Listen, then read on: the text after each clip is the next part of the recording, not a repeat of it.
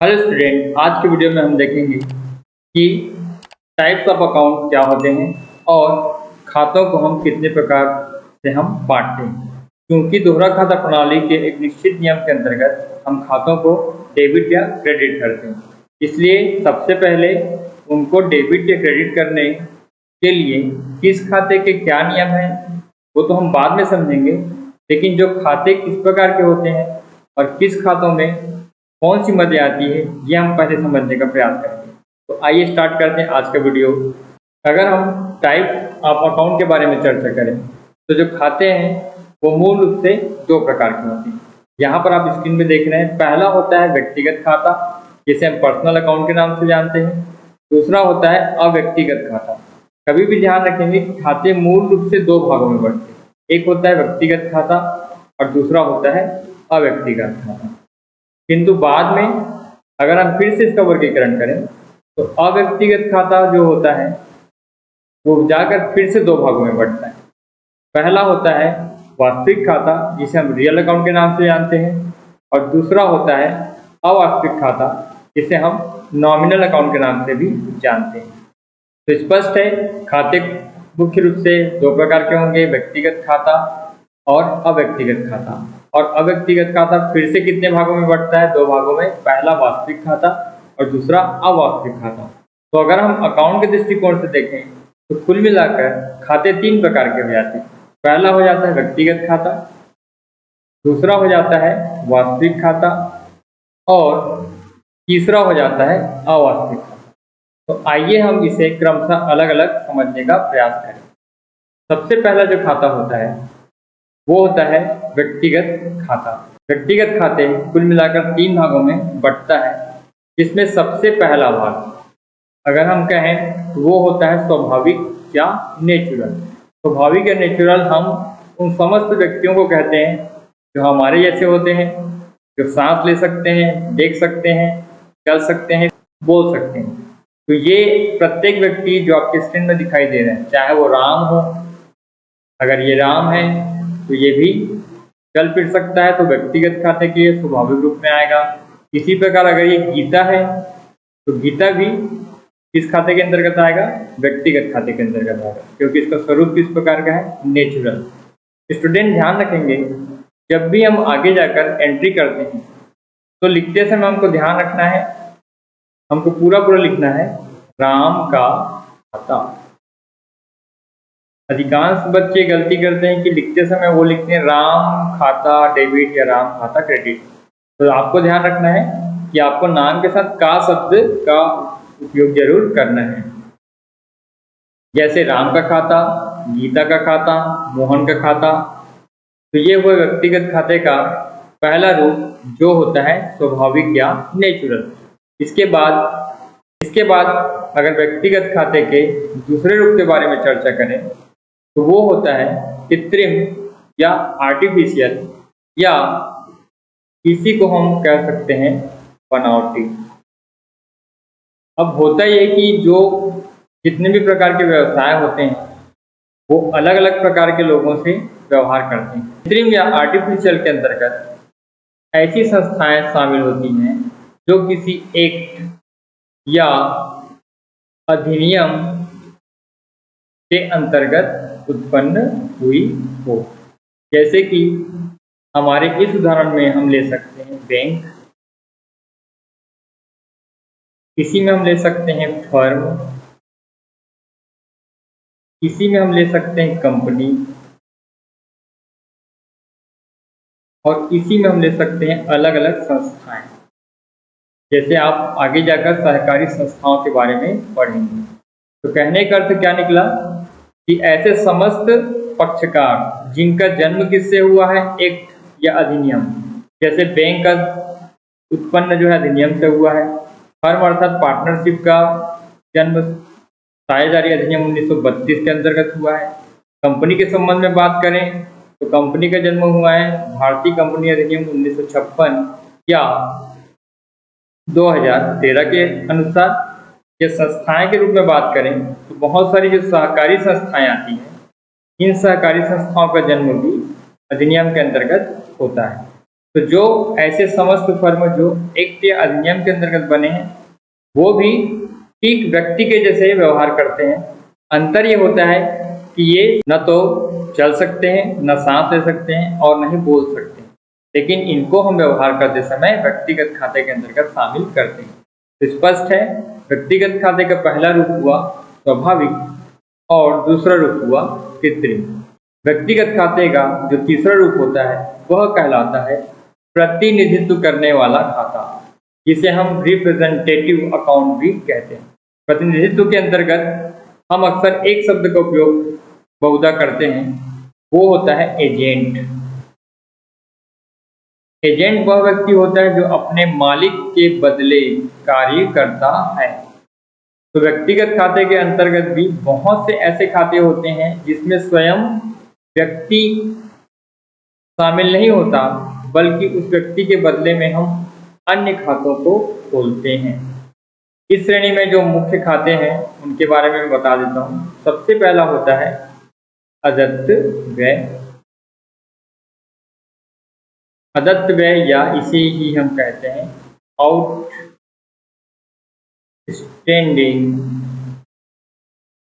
Expenses. अब होता ये है बच्चों, जैसे हमने बहुत सारे खर्च किए, जैसे हमने किया मजदूरी, इसी प्रकार हमने व्यय किया वेतन, इसी प्रकार हमने किया कमीशन। मान के चलिए कि तीनों प्रकार के व्यय आपको भुगतान करने थे, लेकिन आपने इनको भुगतान नहीं किया है। अब हो सकता है मजदूरी मैंने श्याम को भी नहीं दिया हो, राम को भी नहीं दिया हो, मोहन को भी नहीं दिया हो या महेंद्र को भी नहीं दिया हो। तो उस स्थिति में मैं सभी व्यक्तियों का अलग अलग खाता ना खोलकर केवल एक शब्द लिख दूंगा मैं, वो हो जाएगा आपका अदत्त मजदूरी। अब इस शीर्षक में राम का वेतन, इस मजदूरी में राम की मजदूरी, श्याम की मजदूरी, मोहन की मजदूरी, महेंद्र की मजदूरी, सबकी मजदूरी इसमें क्या है, शामिल हो गई है। इसलिए व्यय के संबंध में ऐसे समस्त व्यय जिनका भुगतान हमने वर्ष के अंत तक नहीं किया, ऐसे व्यय को हम प्रतिनिधित्व वाले खाते के अंतर्गत दर्शाते हैं।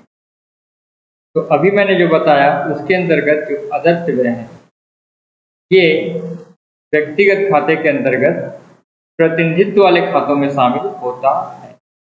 अदत्त व्यय के अलावा हमारे पास जो दूसरा व्यय होता है वो होता है पूर्वदत्त व्यय। पूर्वदत्त व्यय का मतलब है कि हमने ये खर्च क्या कर दिया है, प्रीपेड, अर्थात समय के पहले हमने क्या कर दिया, पेमेंट कर दिया। फिर से वही बात बता रहा हूं मैं कि अगर हमने जो व्यय है वो अलग अलग व्यक्तियों को हमने क्या कर दिया, समय के पहले दे दिया है, तो हम जैसे वो एक्स है, वाई है, जेड है या बी है, ये अलग अलग व्यक्ति हैं, तो अलग अलग व्यक्तियों का हम खाता अलग अलग ना खोलकर क्या करेंगे, एक ही शीर्षक खोलेंगे जो कहलाएगा पूर्वदत्त व्यय। और जितने भी प्रकार के व्यय हैं, जैसे पूर्वदत्त यहाँ पर मजदूरी है, मान लो मजदूरी होती, हमने क्या किया, चार जो शामिल वर्कर थे एक्स वाई जेड और बी, इसको हमने क्या किया, मजदूरी पहले से दे दी। तो हम सबका ये सबके नाम से खाता ना खोलकर केवल एक खाता क्या खोल लेंगे, पूर्वदत्त मजदूरी, और ये चारों के जो है वो वेतन क्या हो जाएंगे, इसमें इंक्लूड हो जाएंगे। तो ये दो प्रकार के व्यय जो है वो प्रतिनिधित्व वाले खाते के अंतर्गत आते हैं। इसी प्रकार व्यय के बाद दूसरा मद जो होता है वो होता है आय, या इसे हम इनकम के रूप में शो करते हैं। तो जिस प्रकार अदत्त व्यय या पूर्वदत्त व्यय होता है, इसी प्रकार इनकम में भी दो प्रकार की मदें होती हैं। पहला होता है अप्राप्त आय। अप्राप्त आय कहने का तात्पर्य स्पष्ट है कि आपने आय अर्जित तो कर ली है, लेकिन आपको वो आय प्राप्त नहीं हुई है। इसी को ही हम उपार्जित आय भी कहते हैं, या इसी को हम अर्जित आय भी कहते हैं। तो स्पष्ट है, अगर कोई ऐसी आय है जो अलग अलग व्यक्तियों से हमें मिलनी है और नहीं मिली है, तो हम अलग अलग व्यक्तियों के नाम से खाते ना खोलकर क्या करेंगे, एक ही शीर्षक के अंतर्गत हम अप्राप्त आय के रूप में दर्शा देंगे। तो जो काम हमने अदत्त व्यय के लिए किया है जो काम हमने पूर्वदत्त व्यय के लिए किया है वही काम हम अप्राप्त आय के रूप में भी करेंगे। इसी प्रकार अप्राप्त आय का ठीक विपरीत होता है आपका पूर्व प्राप्त आय। स्टूडेंट एक चीज बता दूं मैं, जब हम डेबिट या क्रेडिट के रूल्स को समझने के बाद जब हम पंजी प्रविष्टि करेंगे तो जितने प्रकार के खर्चे यहाँ पर उल्लेखित हैं, अदत्त व्यय, पूर्वदत्त व्यय, अप्राप्त आय या पूर्व प्राप्त आय, इसका हम डिटेल से अध्ययन करेंगे और इसकी पंजी प्रविष्टि भी हम देखेंगे। पूर्व प्राप्त में फिर से वैसी है। पूर्व प्राप्त आय में भी क्या करेंगे, हम ऐसी समस्त आय लेंगे जो कि हमने क्या की है, समय के पहले प्राप्त कर लिया है। पूर्व प्राप्त आय का तात्पर्य होता है कि हमने सेवाएं नहीं दी है किंतु उसकी आय हमें प्राप्त हो गई है। इसी को हम अनुपार्जित आय भी कहते हैं। अनुपार्जित आय भी कहते हैं। तो ये भी आपके प्रतिनिधित्व करने वाले के रूप में खुलते हैं। जैसे यहाँ पर XYZB, उसी प्रकार XYZB से जो हमने आय पहले से ले ली है वो पूर्व प्राप्त आय शीर्षक के अंतर्गत दर्शाई जाएगी। तो स्पष्ट है, अदत्त व्यय, पूर्वदत्त व्यय, अप्राप्त आय, पूर्व प्राप्त आय, ये चारों जो है वो प्रतिनिधित्व करने वाले खाते के रूप में किस खाते में शामिल होते हैं, व्यक्तिगत खाते में। इसी में दो मदें और आती हैं। पहला होता है पूंजी खाता, जिसे हम कैपिटल अकाउंट के नाम से जानते हैं। दोहरा लेखा प्रणाली में एक नियम है कि जो व्यवसाय होता है और व्यवसाय का जो स्वामी होता है इसको हमेशा क्या माना जाता है, अलग अलग माना जाता है। कहने का तात्पर्य क्या निकला कि जब भी व्यवसाय को प्रविष्ट करेगा तो वह स्वामी का नाम नहीं लिखेगा। जैसे स्वामी कौन है, पिता, और एंट्री कौन कर रहा है, व्यवसाय। तो व्यवसाय कभी भी गीता का नाम नहीं लिखेगा, बल्कि गीता जब व्यवसाय से कोई राशि निकालेगी या कोई राशि उसमें लगाएगी तो हम व्यवसाय में गीता का नाम न लिख कर क्या करेंगे, किसी और अकाउंट को खोलेंगे। जैसे यहाँ पर जो पहला अकाउंट दिख रहा है पूंजी खाता, ये कब खोला जाता है, जब गीता ने कोई राशि क्या की, वो व्यवसाय में लगाई, तो उस समय गीता के खाते के बदले में हम पूंजी खाता खोलेंगे। और इसी प्रकार मान लो गीता ने कोई राशि या कोई संपत्ति या कोई माल व्यवसाय से निकाला हो तो भी हम गीता का नाम न लिखकर उसके बदले में हम कौन सा खाता खोलेंगे, उसके बदले में हम खोल देंगे आहरण खाता। फिर से बता दूं कि इसके बारे में जो अगला वीडियो बनेगा इसके संबंध में हम डिटेल से अध्ययन करेंगे कि किस खाते का स्वरूप क्या होता है और ये किस प्रवृत्ति का होता है। तो बच्चों स्पष्ट है, व्यक्तिगत खाते के प्रतिनिधित्व करने वाले खाते में कुल 6 खाते आपको दिखाई दे रहे हैं। पहला अदत्त व्यय जो हमने नहीं दिया है, पूर्वदत्त व्यय जो हमने समय के पहले दे दिया है, अप्राप्त आय अर्थात आय आपको प्राप्त नहीं हुई है, और पूर्व प्राप्त आय अर्थात आय आपको समय से पहले मिल गई है। इसी प्रकार स्वामी के बदले में हम 2 खाता खोलते हैं, एक होता है पूंजी खाता और दूसरा होता है आहरण खाता। तो ये हुआ आपका व्यक्तिगत खाते का 3 स्वरूप। अगला खाता जो होता है वो होता है वास्तविक खाता, या जिसे हम रियल अकाउंट भी कहते हैं। वास्तविक खाते को हम संपत्तिगत खाता भी कहते हैं, अर्थात व्यवसाय की जितनी संपत्तियां हैं वो इस शीर्षक के अंतर्गत शामिल होती है। स्टूडेंट आपने देखा होगा कि जब हम खातों के स्वरूप का वर्गीकरण करते हैं तो खाते जो है 2 प्रकार के होते हैं। पहला होता है दृश्य या टेंजिबल। दृश्य का तात्पर्य वह होता है वह संपत्तियां जिसे हम देख सकते हैं, जिसे हम छू सकते हैं। जैसे कि आप इसमें शामिल कर सकते हैं फर्नीचर या भवन या भूमि या प्लांट ये स्पष्ट है, जो चीजें हमें दिखाई दे रही है वो दृश्य संपत्ति में आ जाएगा और वो सारी की सारी चीजें किसमें शामिल होंगी, आपके वास्तविक खाते के अंतर्गत शामिल होंगी। संपत्ति होती है वह होती है अदृश्य संपत्ति या इंटेंजिबल एसेट्स। अदृश्य संपत्ति हम उसे कहते हैं जिसे ना हम छू सकते हैं ना देख सकते हैं। इन संपत्तियों में शामिल होता है ख्याति, जिसे हम गुडविल के नाम से जानते हैं। इसी में शामिल होता है आपका पेटेंट, इसी में शामिल होता है आपका प्रतिलिपि अधिकार,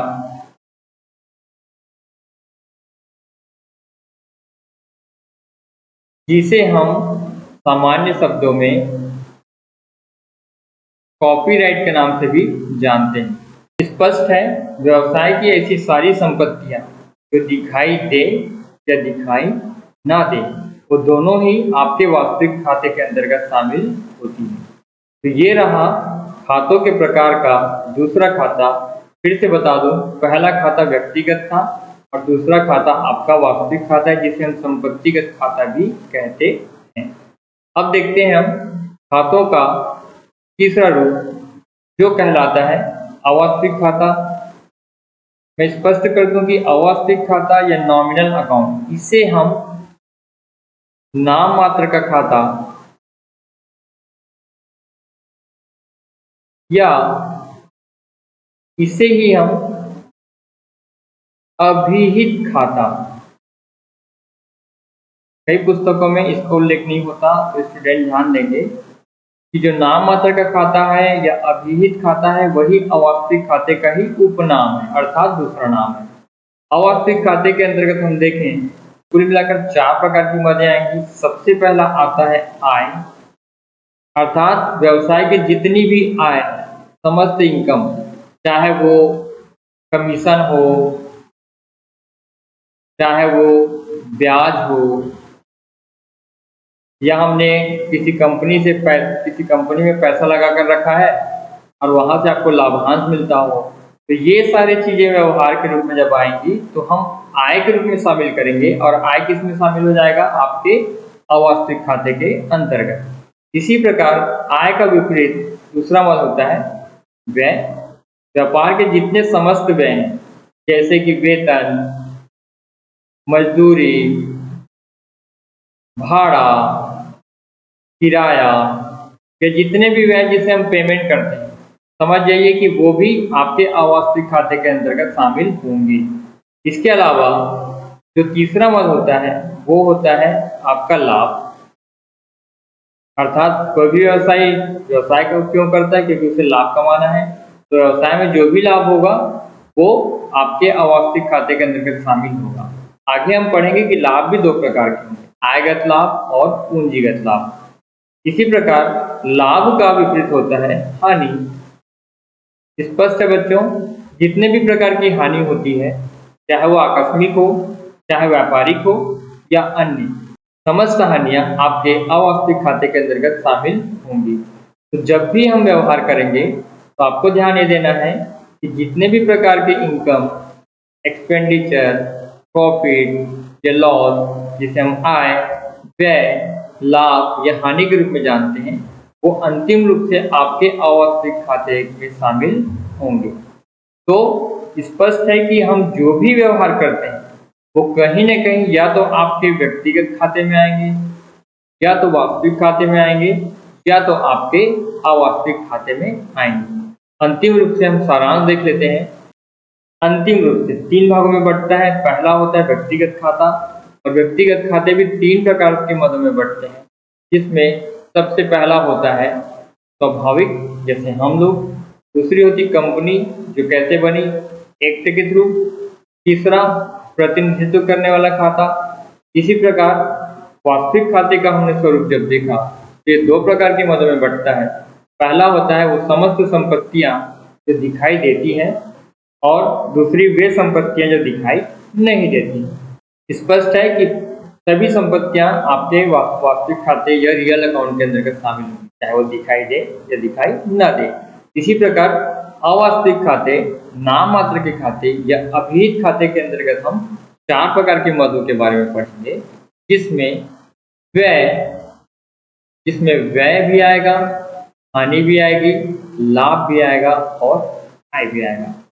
स्पष्ट है कि हम जो भी व्यवहार करें कहीं ना कहीं वो इन तीनों खातों में से कोई एक खाता अनिवार्यता होगा। आज की वीडियो में केवल इतना ही। अगले वीडियो में हम देखेंगे डबल एंट्री सिस्टम के golden rules of double entry system, या इसे ही हम दोहरा लेखा प्रणाली के स्वर्णिम नियम के नाम से हम जानते हैं। तो मिलते हैं अगले वीडियो तक। तब तक अगर आप नए व्यूअर हैं तो मेरे वीडियो को सब्सक्राइब करना ना भूलें। मिलते हैं अगले वीडियो में, तब तक गुड बाय।